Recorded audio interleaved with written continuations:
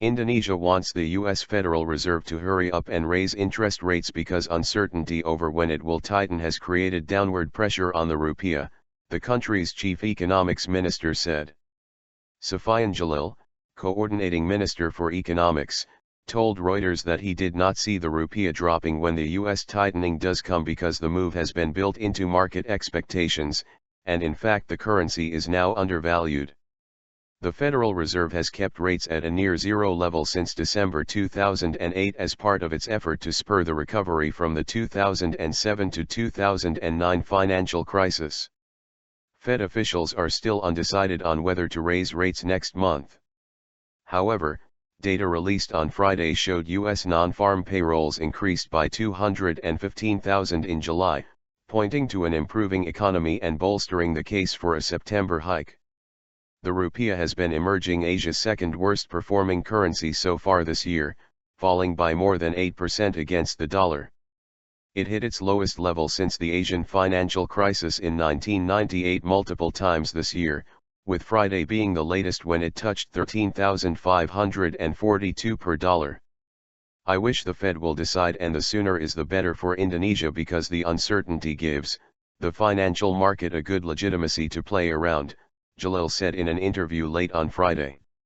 Due to its sizable current account deficit, Southeast Asia's largest economy was one of the worst hit by outflows when the Fed first announced a plan to taper off its monetary stimulus in 2013. The rupiah fell by more than 20% against the dollar that year, and the country was dubbed one of the Fragile Five.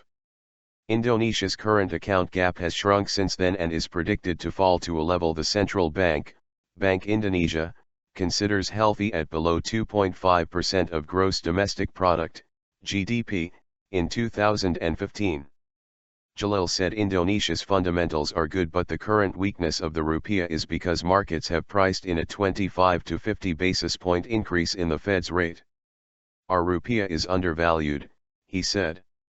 Bank Indonesia expects capital inflows after the U.S. rate increase and that the financial market will see Indonesia's positive side again, Senior Deputy Governor Mirza Aditya Zwara said on Friday. A Bank Indonesia official said the central bank, which has been prevented from policy easing to support growth, will be able to cut its key rate after the Fed rate hike. Economic growth was at its slowest in nearly 6 years of 4.67% in the second quarter, with consumption held back by high inflation and weak purchasing power due to falling incomes as a result of low commodity prices.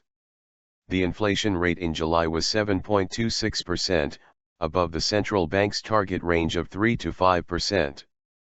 Bank Indonesia said inflation will stay high before dropping back to 4.3 to 4.5% later this year due to a base effect adjustment.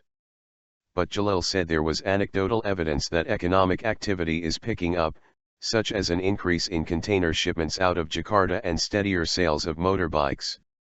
He said the government still believes economic growth will recover to come in at 5.0 to 5.2% for full year 2015.